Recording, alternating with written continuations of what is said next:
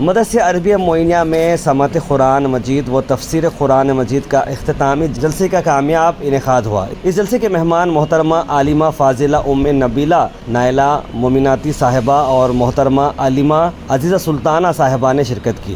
محترمہ عالمہ یاسمین بیگم صاحبہ صدر معلمہ مدرسہ عربیہ معینیہ نے تفسیر قرآن مجید مکمل کرنے کی سعادت حاصل کی۔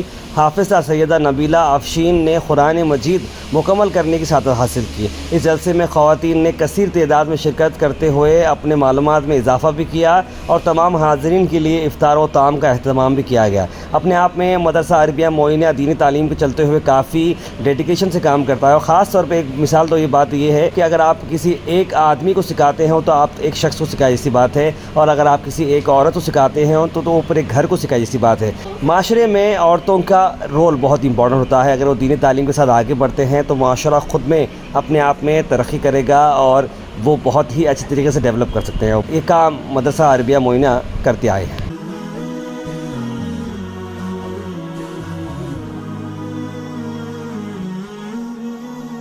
السلام علیکم ورحمۃ اللہ تعالی وبرکاتہ۔ ہے قول محمد قول خدا، فرمان نہ بدلا جائے گا، بدلے گا زمانہ لاکھ مگر قرآن نہ بدلا جائے گا۔ بحمدہ تعالی مدرسہ عربیہ معینیہ میں خواتین کے لیے سماعت قرآن مجید و تفسیر قرآن مجید کا یکم رمضان المبارک سے اہتمام کیا جا رہا تھا۔ آج 10 رمضان المبارک بروز منگل اختتامی جلسہ منعقد ہوا، جس میں زیر صدارت محترمہ عالمہ فاضلہ ام نبیلہ نائلہ مومناتی صاحبہ نے شرکت کی، اور محترمہ عالمہ عزیزہ سلطانہ صاحبہ نے بھی اس جلسے میں شرکت کی۔ سیدہ نبیلہ افشین نے قرآن مجید کو مکمل تلاوت کرنے کی سعادت حاصل کی۔ محترمہ عالمہ یاسمین بیگم صاحبہ نے تفسیر قرآن مجید مکمل کرنے کی سعادت حاصل کی۔ میں ان تمام عالمات کا جو اپنا قیمتی وقت دے کر انہوں نے اس محفل کو سجایا تھا، میں ان کا شکریہ ادا کرتا ہوں۔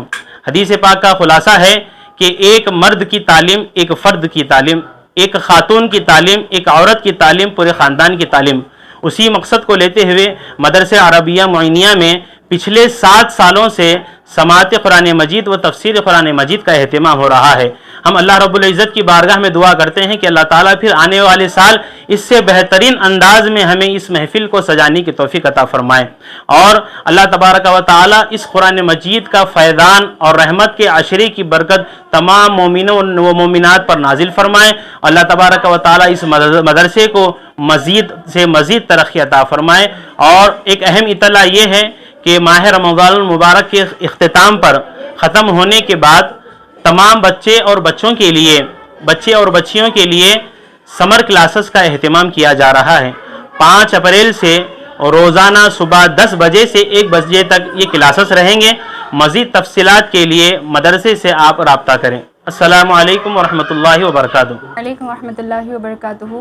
الحمدللہ رب العالمین، پچھلے 7 سال سے یہاں پر مدرسہ عربیہ معینیہ میں مولانا یاسین اشرفی صاحب اور ان کی اہلیہ عالمہ یاسمین بیگم صاحبہ یہ دونوں پچھلے 7 سال سے سماعت قرآن الگ الگ مقامات پر رکھتے ہیں۔